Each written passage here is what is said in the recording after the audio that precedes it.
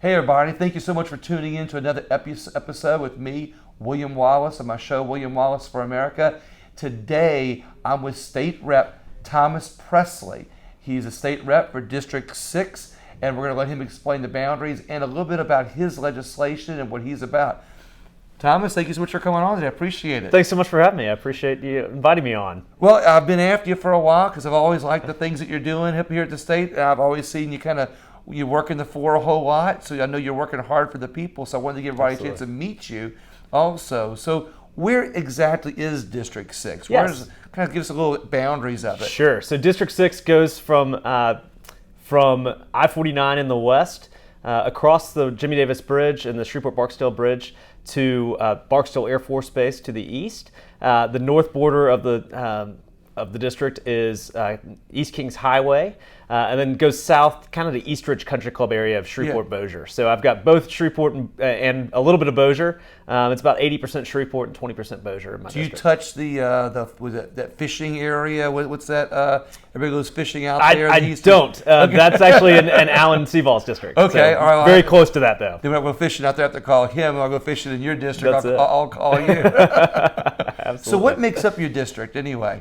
Yeah, so District 6 is kind of it's an older area of town. I have South Highlands and Broadmoor, mainly residential areas. We've got a little bit of shopping. The Uri Drive corridor, which is an area of development in Shreveport, is in my district, and kind of the far edge, if you will. But we're a pretty compact district of mainly residential area. So it's kind of like is it any rural, anything more? Is it no rural at all? All residential? All residential, in a few businesses. There's a few, offices and things like that, but the most majority of it is residential, some restaurants, some shopping centers and stores, and a great place to be from. I grew up in the district and happy to be home and representing it and having the opportunity to do that. I can't wait to visit it sometime. Come on up. So tell me, what is your background before you became a state rep? Sure. So I am a lawyer by trade. I clerked for one of the federal judges in Shreveport. That's now the chief judge of the Western District, Maury Hicks.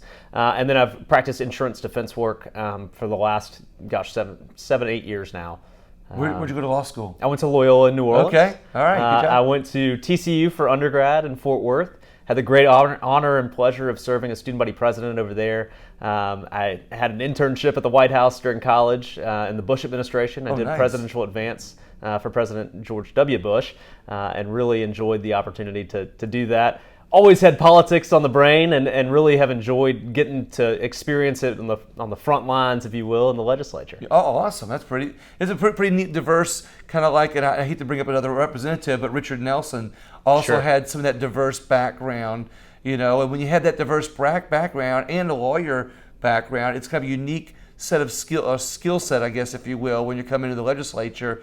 To have some unique skills to help serve the people of your district a little bit better. Absolutely. I enjoy reading biographies, particularly about politicians and people that have been involved in, statesmen that have been involved in trying to move our country forward and our state forward. And I think that's something that I really have tried to grow from and watch other people that have been involved in politics and take the positive traits that they have and try to implement them in my style as a political leader. I like hearing that because, I'll have to share some things with you. I collect a lot of books, a lot of history books on that too. Awesome. Well, who's your favorite statesman? What was your favorite one that you? It's hard to narrow them down. Too many of them, certainly Dwight Eisenhower, George W. Bush. I think during a very difficult time, did a good job. I'm a big Reagan fan, of course. Yeah. I think there's so many people. Lincoln, of course, and his work that he did during another challenging time in our country. Those people that really rose to the challenge and tried to put forth solutions and ideas to move the country forward.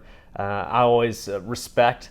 Even if I disagree with them, I think it's important to put those ideas forward and drive solutions forward for the community, for the state, and for the country. Love it. Well, we're going into a fiscal session.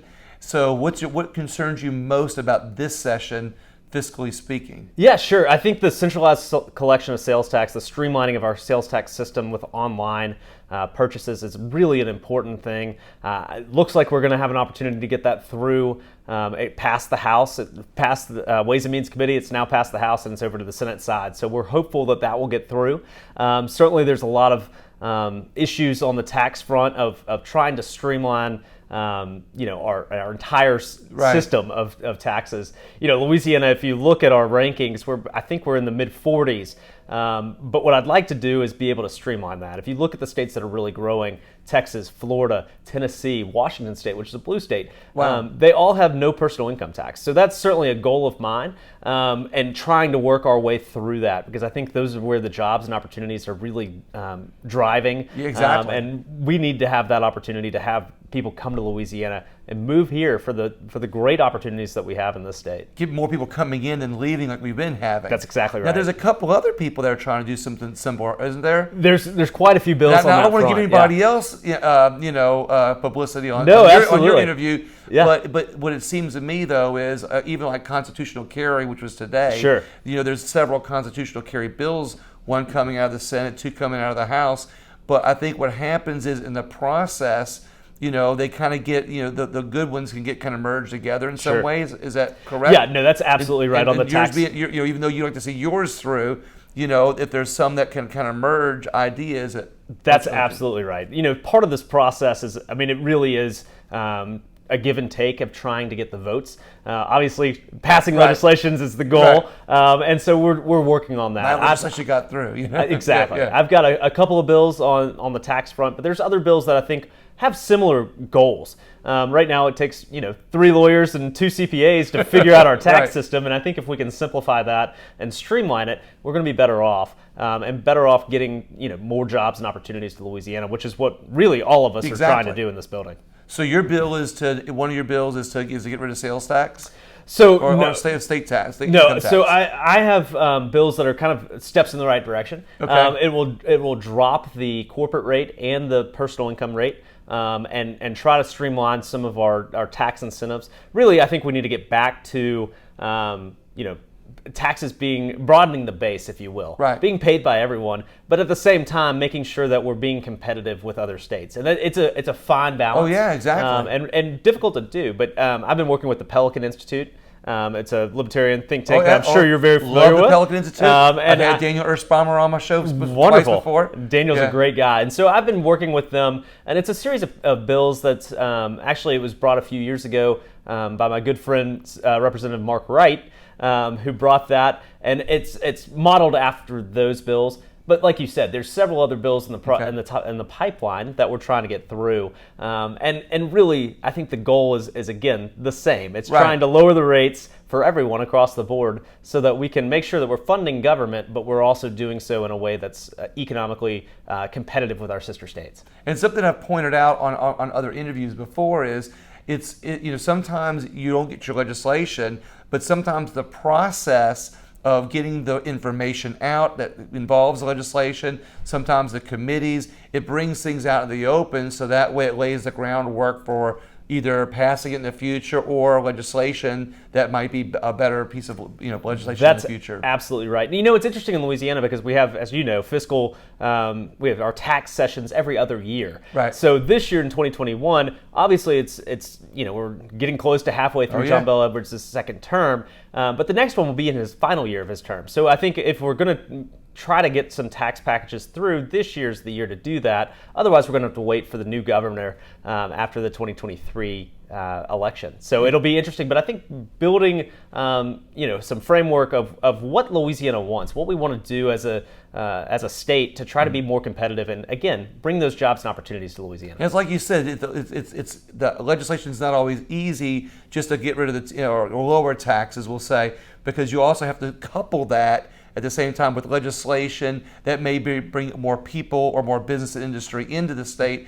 And I love the concept of broadening the base, but it's a combination that you're also working on. That's exactly right. So it's not just about one bill, it's about the combination of bills too. Right. And in Louisiana we have a complicated tax system that dates back certainly to the Huey Long era, and really longer than that. Right. And trying to unravel that. Louisiana, as opposed to Texas, which we often try to compare ourselves to, Texas has a lot more local control, and locals tax differently in Texas than they do in Louisiana. In Louisiana, it seems like every road leads to this building, and everybody has their hand out, right?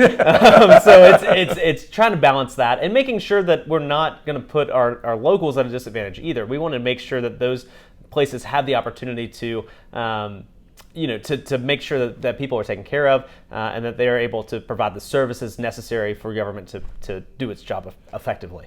I've been lucky enough to have a unique experience that not many people get, and I say that because with my show, I get to talk to a lot of good legislators like yourself, and I hear what it takes. So when I go back and I hear people in public, talking bad about what's going on in Baton Rouge, sure. But when you come here, you see a different side. You see more people working together. It's not, like you said, it's not always as easy as we like it to be, but everybody seems to be working together for the overall goal of people. So what other legislation do you have that you want to get out now? Yeah, absolutely. So I completely agree with you. When you're in this building and you see the personalities that are here, people represent. We represent very distinct districts, but the goal, I think, is common, right? We want to see Louisiana succeed and have that opportunity to allow our kids and grandkids to be able to move back to Louisiana or stay in Louisiana. And so that's something that I always try to remind myself when I'm going, against someone. Certainly want to make sure that we are addressing needs and listening to everyone as they are trying to make legislation better, because I think that's important. But I have several different bills this year. Like we talked about, I've got the 3 tax bills that are dealing with trying to streamline our tax system. I've got a bill that's addressing the riverboat pilot industry and trying to make that industry, make sure we keep our safety, but also allow anyone that wants to have the opportunity to be a riverboat pilot to have that opportunity to do so. So we're working on that. That will come to hearing next week in House Commerce Committee. I've got 2 bills that got through this morning, actually. Okay. So I was in the committee. Let's hear about those. I had a bill on reforming the massage board therapy board, which was coming out of a legislative audit that addressed some concerns, particularly in regards to human trafficking and trying to control and stop that issue, because obviously we all know that's a big issue, big problem. And Bill Weed has a bill that I think is going to help on that too, isn't it? I believe that's right. Yeah, his is more designed to work with the state police, but. Let's talk about yours. Absolutely. So mine's dealing specifically with the board and puts some of the reforms in place that the legislative auditor asked us to do. It actually is coming from the Massage Board Association that many of the members. That's interesting. So it's an interesting dynamic there. Yeah, because usually it's some other group says other group needs some legislation, or some legislator says we're gonna legislate that group, but this is actually coming from the group themselves. That's saying right. we need this. It's coming from the association that's asking the board to do certain things and make sure that we're addressing those concerns, particularly with human trafficking, because it is such a problem and something that we need to address. So I think that bill got out of committee today without objection, so that was great. And so we're going to have that on the floor probably next week. And then I had a bill in this Administration of Criminal Justice Committee as well that's dealing with felons in possession of a firearm when their prior offense was a violent crime. They would be entitled to a diminution of good time served. So right now, I'm sure your listeners may not know this, but right now on the general crimes, if it's not a crime of violence, in Louisiana, you're entitled to 13 days of good time for every 7 days you serve as a felon. Okay. And so what this does is it moves that and changes it so for every 3 days of good time every 3 days that you serve, you can earn up to 1 day of good time. So you'll serve 75% of your sentence. Okay. And what that is based off of is the federal system. So if you are a felon in possession of a firearm and prosecuted by the federal courts, then you have to serve up to 85. You have to serve 85% of your time. So I think it's more of it's kind of a truth in sentencing process. But I think particularly people that have been convicted of a violent crime and aren't taking the restrictions of guns seriously, it's a big problem, and we certainly see that in Shreveport. The statistics are very high for the people that have previously committed a crime, being the ones that are committing the gun crimes in Shreveport and really throughout the country.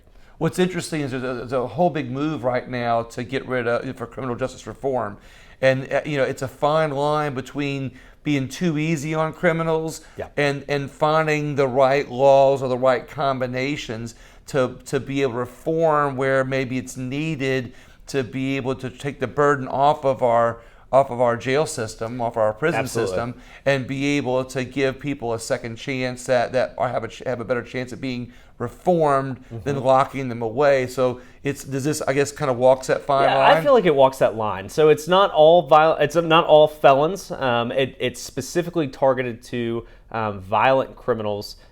Based on statute on 14:2 of the Louisiana Revised Statutes. So it's defined, it's pretty limited in what the prior crimes were. I'm going to work with Chairman James on trying to solidify that a little bit more so that we're not locking up people that really shouldn't be locked up. But I mean, felons in possession of a firearm, I think most people feel like that's a bad thing and something that we need to look at. It's a serious offense. And what is it, in possession of a firearm on most laws that they break, it makes it an extra long offense. I think it is. That's absolutely right.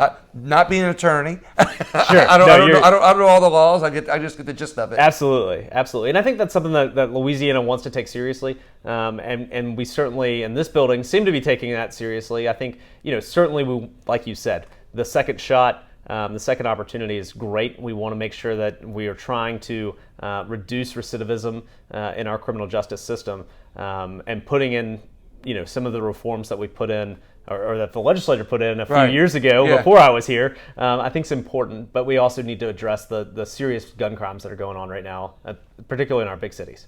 Now I know we talked about your tax reduction, and you did 3 bills. Are any of those different, or are they all kind of geared to the same thing? Or are they working kind of in a combination? Yeah, so they all kind of work together, and it's really so as you know, our Constitution has much of the tax laws are in our Constitution, so it takes a vote of the people. So a couple of those bills are related to our tax or the constitutional amendment side, but really the goals are the same. So it's reducing rates for both the corporate side and the personal income side.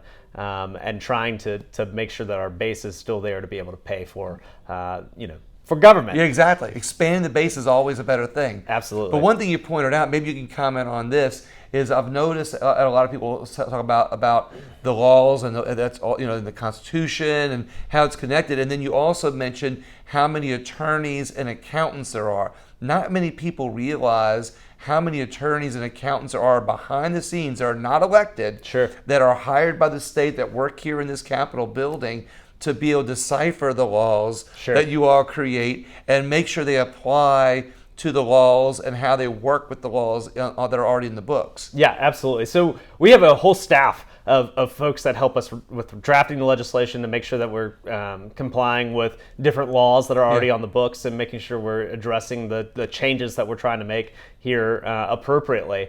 So that's helpful. But what is not helpful is when we're starting a business and you're trying to start a business in Louisiana and it costs you the price of 2 or 3 attorneys and a couple of CPAs in order to get started. That's what we're trying to prevent against, and that's something that I think is really important as we look forward over the next really decade of where do we want to be, where do we want to go as a state. And to me, I think simplification makes sense.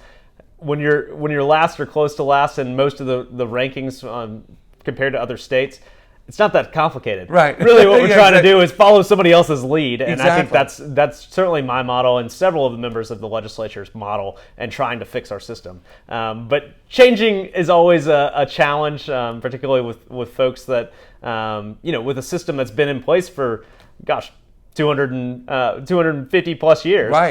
So we're trying to fix that. Well, I like how you say that. We're pretty much at bottom right now. And I don't like how that is. But I like what you say when you talk about it's just a matter of finding a way to break out of an old system. That's right. It's about bringing in new ideas that haven't been used. And it's hearing that legislators like you are actually working with other people like-minded, broaden the base, lower taxes, bring business in. They're saying, hey, look, we need to do something in the right direction to get us off of the bottom of the list. And work our way up the list. Absolutely, William. And I think, the thing about it is we can followed the ideas and mindset of so many other states. North Carolina is a prime example. And in the early 2000s, North Carolina was having a real challenge getting new people to move to the state. And so what did they do? They looked at their tax code. They put triggers on their tax changes that they made so that you don't have to go back every year to the legislature and say, we want to give that money back to the people. They allowed the system to work, and dollars were tied to a reduction. So as more people moved in, as more business came in, there was less of a tax burden to each person that was coming, or each person and each corporation that was coming in. So they're reducing their personal income tax by 0.25% when they hit their monetary thresholds the year before. I think that out of the box thinking. That's out of the box absolutely. thinking. And it's worked. So it's out of the box, but it's also, we have an example of a place that it's worked. And I think that's the key for me. I'm not trying to reinvent the wheel by any stretch of the imagination in Louisiana. But I think when you look at other states and you say, hey, that system worked, let's try that. Particularly in states like North Carolina that have grown. I mean, they grew a congressional district. Yeah. And Louisiana, we luckily avoided losing a congressional seat. But certainly, if we don't make some changes before the 2030 census, we're going to have some real issues. That's going to be a struggle between now and then. Like you said, spawn some way, doing the right things now before, we got 10 years, I guess you could say, before that happens, to be able to change that way of thinking from the past, creating these things in the future, but being able to look to other states and have that model. That's exactly right. And I certainly think having, 40% of the legislature was new last year. So 40% of us are in our first terms as legislators. And certainly that has helped in putting some new ideas out here. Right. But at the same time, we lost some institutional knowledge, which there's advantages to the institutional knowledge. But I think that new fresh blood of getting ideas and sparking new found ideas will really help the state move forward. Anything else you want to add to this conversation? Anything else you can see that might be key? Any other legislation that you really like besides yours that you'd like to see get through? Sure. Well, I mean, again, I think the Speaker's bill on streamlining our sales tax to be in compliance with Wayfair, which is a Supreme Court decision, that'll allow us to collect some sales tax online. I think it's going to be helpful. It pays for itself. And something that we certainly will be looking forward to if it gets out of the Senate and signed by the governor. It will go to a constitutional amendment, and the people will have to decide on that. And I hope you'll vote favorably. You mean the whole Governor Schexnayder's bill will have to go to a vote of the people? That's right. That's right. So it's in the Constitution. So it's a constitutional amendment that'll come up I believe it'll be in the fall election. 2022, I think it is. I think that's right. Exactly. That's right. So. It's interesting because as I've interviewed parish presidents and other people around the state, it's amazing how it's usually the sheriff that collects the local taxes. Yep. But a lot of people don't realize that in a few parishes, the school board collects the taxes. That's right. And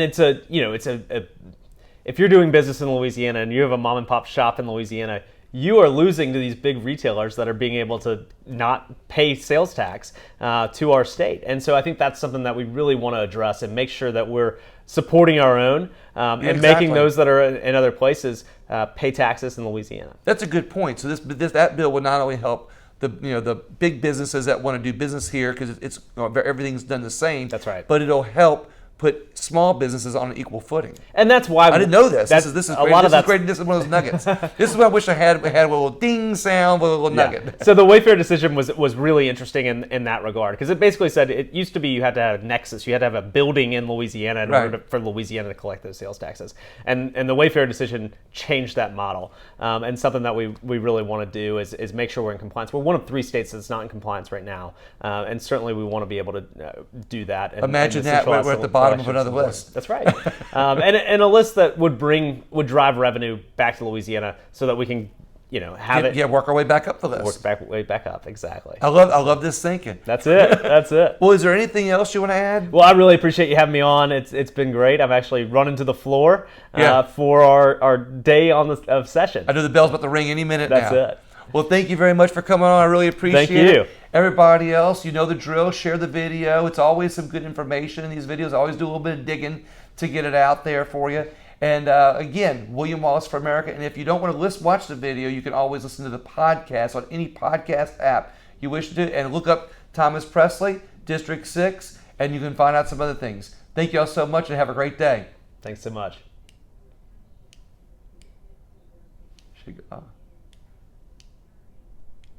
Just click it.